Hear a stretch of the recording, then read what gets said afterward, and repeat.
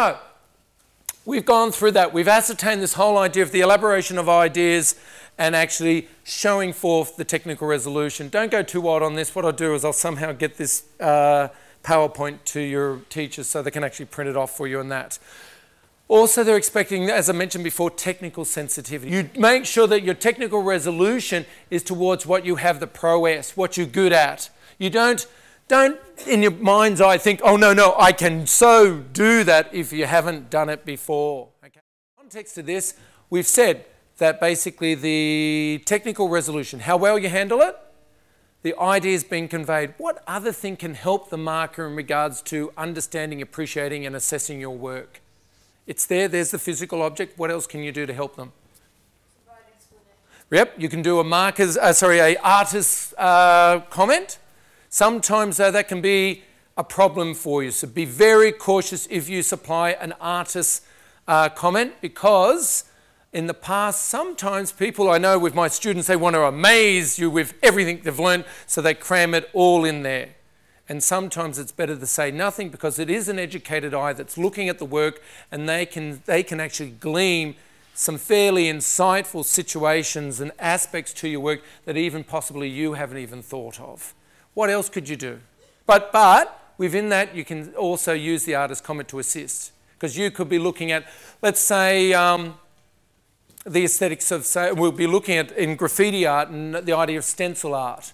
And you might be really interested in the idea of kind of like what Kill Pixie's doing in Melbourne. So look, already you're going, what the hell? Right? Most markers would go, what the hell? So an artist's comment in this may help to elaborate and sustain the investigation. I had a hand up here. What else was the other one? Yep. The title. The title is a really good segue into coming to an understanding of the artwork, okay? For instance, we'll be looking at, and you haven't been in there to have a good look yet, but there's a lovely work with dogs, and there's this type of animation, and it's called Life Bites. So the dogs are a metaphor for life, these type of horrible, snappy things. Now we know, do you like that? That's my, I should have had a puppet, it would be great. No, let's not go there.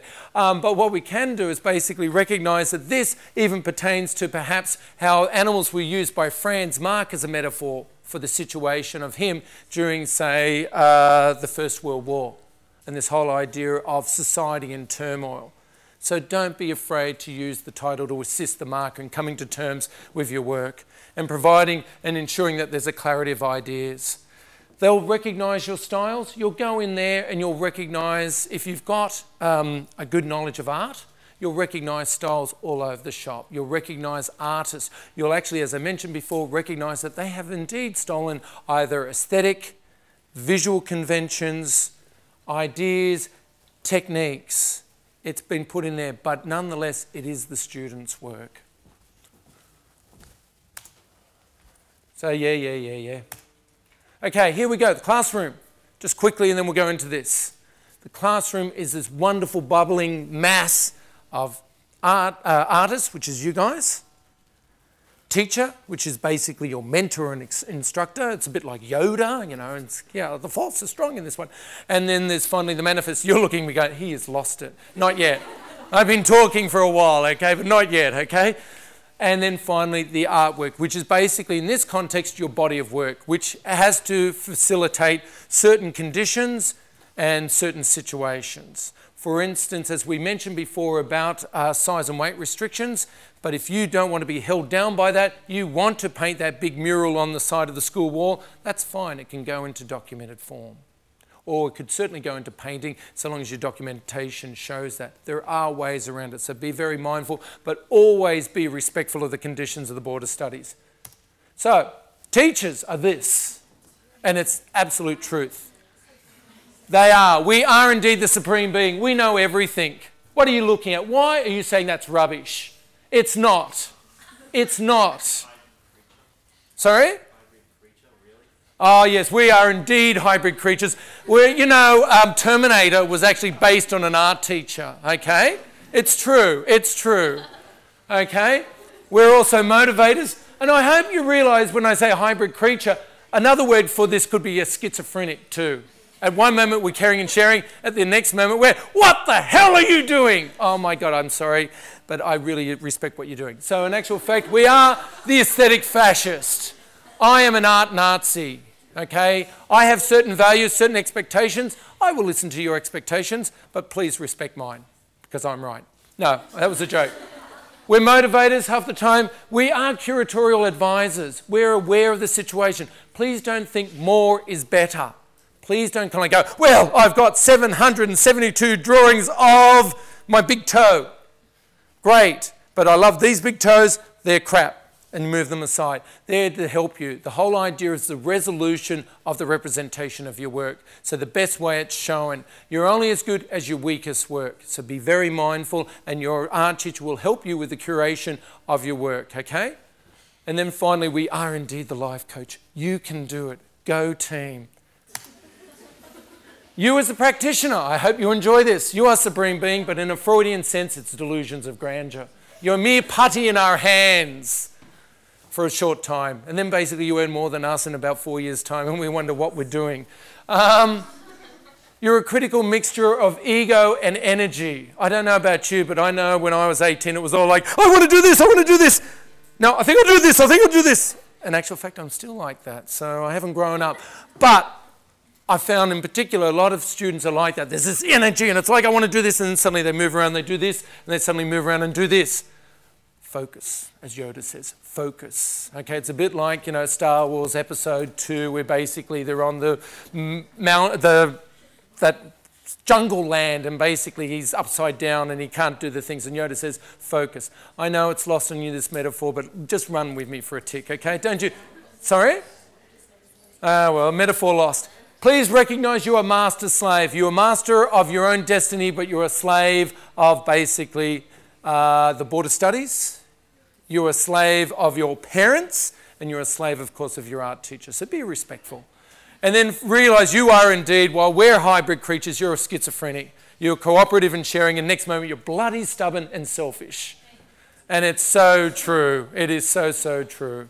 Okay, with that said, the artwork is indeed the supreme object. It's the object that I tell you now, if your artwork goes under the bed after the HSC, you've failed. I don't care what mark you got, you failed, because basically its manifestation as a supreme object is not. You don't put something precious under the bed, you put it up there and out there. Okay?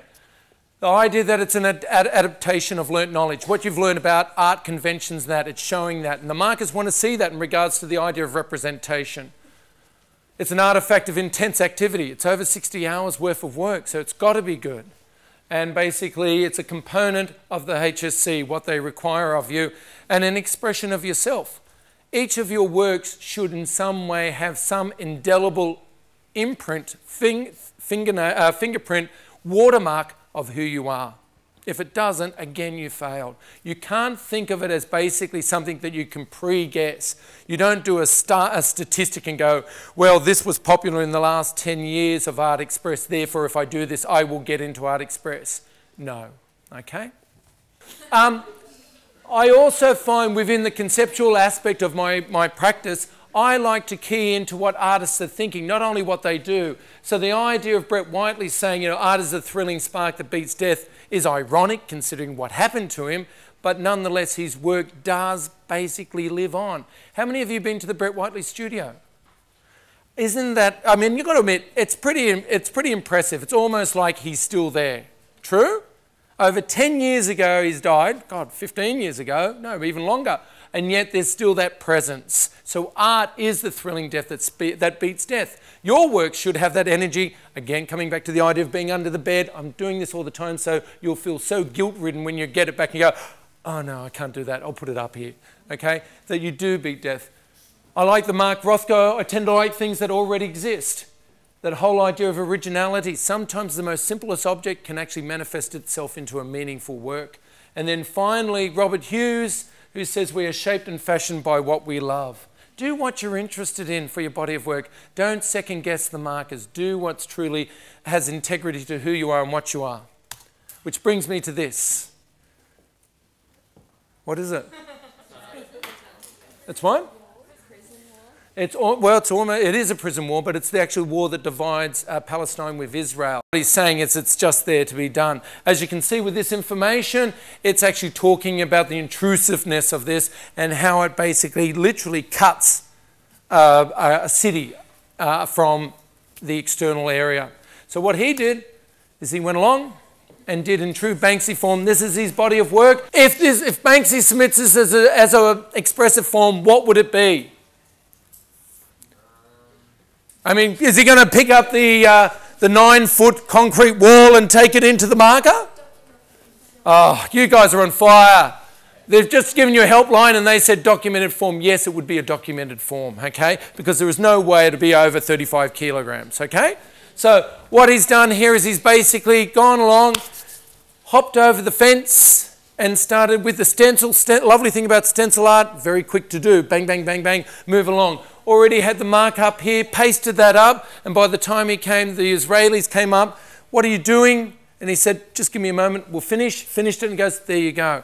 And they basically didn't know what to do with this. And he didn't leave it at one. His body of work could have been one piece, but he wanted to sustain the idea of his work. So he then did another stencil piece. And here a quote from him, the ultimate activity holiday destination for graffiti writers. My favourite piece, I haven't got them all here, but this piece basically is actually on the security box. And up there, see those little windows? That's what they look through as you walk through. And then these soldiers can come out and say, you come here, and they pat you down, check that you're not a terrorist or whatnot. But here we've got a reversal, haven't we? Remember we talked about artworks being technical resolution? He's a pretty good stencil artist, no doubt about that. This is life size, works quite well in the situ. What about his concepts? Are they up there too? What are the concepts then? I haven't asked anyone over here, so come on, up the back. How are we going? You're not? Yes, I love that. Look, you just blew it there. It was that. Oh, look, I told you, go down and do your shoelace and you'll be okay, but you didn't. So what concepts are being generated here? Freedom. Oh, God, I love it. We'll just give one word and hopefully that will be enough. Freedom. Okay, I could, if you were writing an essay, ask you to elaborate, but I won't.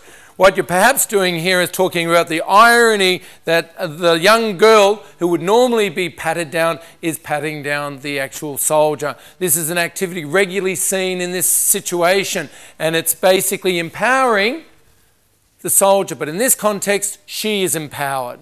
So Banksy is making us aware of the social conditions of people living in this area. Another work of his. And he's playing around with the trick of the eye, the whole idea that it's a curtain, it's all a illusion.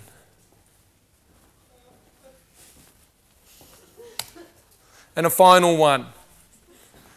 And look who we've got. Do we recognize the two characters? The little dog is Toto and Dorothy. And what's happening is basically she's being bag searched by a border patrol. What have you got in there, miss? So here we've got irony. Here we've got this idea of bringing an innocent icon, an icon of basically, you know, somewhere over the rainbow. Judy Garland is in a situation of being checked for bombs. So Banksy is very much into using irony, using the postmodern recontextualized message into his own work. He's ripped off from Hollywood, he's ripped off from photo documentation that's in newspapers to create his own work. Would you not say this is a pretty good body of work? Okay, can you see that we're ripping off from others, recontextualizing and developing? Okay, I'm not saying that's solely it, but I'm wanting you to think about truly what Picasso was saying, and what Banksy reiterates is this whole idea of how to assist you. Let's actually now have a look at a couple of students' works. We're going to look at 3 works. Now this work here is basically by Lynn Masuda, who's basically called Love Bites. And we can see, if you didn't get a chance to see it yet, it's basically, what type of technical treatment is this? How is it? Yep. Paint and impasto. Thank you. Oh, she's using technical terms. Impasto, very good. Well, no, because that shows me that you know a little bit about art and the art practice. Good. Indeed, it is impasto painting.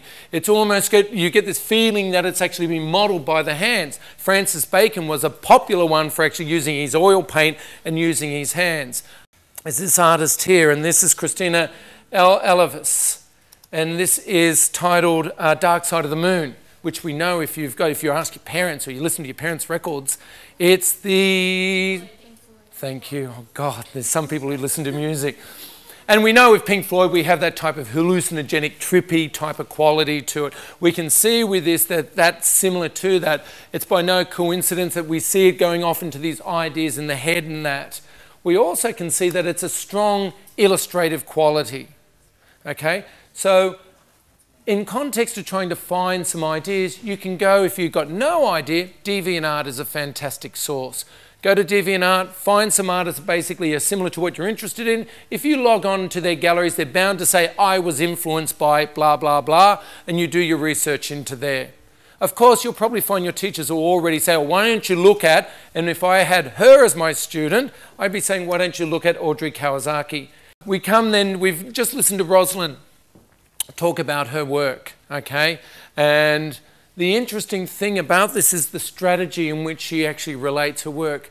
Because when you think of it, how would this work look if it was 3 paintings all the same size? Would it work as well? No. In actual fact, we find by the idea of diminishing scale represents something about age. Makes a greater connection in regards to generations. And curiously what she said, and you had to look really closely about the red line that would connect them. And that pertained to the title, which was called Blood Lines. So it actually gave us this sensibility that these are all interconnected. And notice, imagine if I saw in her artist comment, oh, I couldn't get another picture of my baby brother, so this is it. Would I be really impressed by that?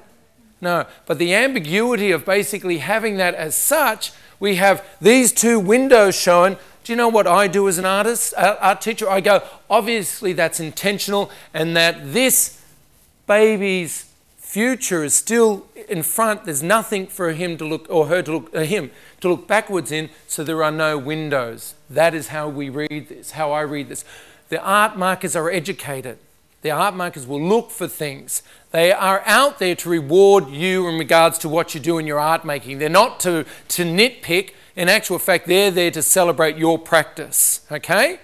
So in certain ways, be prepared. As I said, work on several layers. One of the things I say to students when they're making in my class is you should have this idea that I can look at a work from here to where you are, and it'll say one thing. If I come closer, it should have another thing. And it's a bit like you, your uniform. I walk here, I can't read what that says, your logo, I mean your badge, but when I come up, it's Bosco, okay? So it's like, you belong there. And that's the strategy art should have. It should have different layers.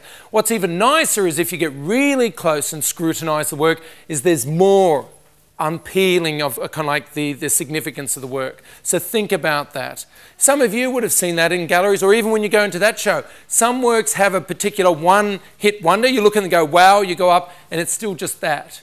But other works you go, that's pretty impressive, but when you go closer, it's like, oh my God, look at this. And when you go even closer, it's like, I can't believe she did that. That's incredible. He did that, okay? So work with that. Work with those layers. Okay, portrait of a mother. And did you notice that behind the backgrounds, one was indeed rural, pertaining to the grandfather and his background, and one was urban.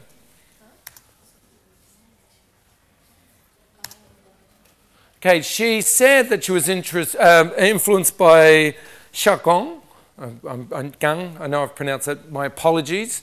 And he says that basically he's interested in the idea of the effects of false photography. Where does he come from? He comes from China, where propaganda in that from the 50s and 60s was certainly about the changing of histories, in which basically he wanted to embellish the history and lives. So he's interested in psychology and history, and his works include things. So, this is where we start thinking about it. Art making, as it's set up there, is a synthesis of incendiary thoughts. What's incendiaries? What are they? What's that meant? Come on, someone must know what incendiary means. in terms of kind of like Afghanistan, it's something that explodes with fire, it sparks up. And incendiary means like a firework, it lights up. So yours should be a synthesis of this thing that sparks with thoughts and ideas. Would you not argue that Banksy that I showed you had these ideas? They were pretty impressive and they were potent. And a prowess of action. What do I mean by prowess? Yep. Skill. If you have a prowess in music, it means you're very good at things. So your prowess of your action is what you put into your body of work. So it has to have an idea or ideas, plural, that sparks out. But it also should manifest and show that technically you're well crafted in that.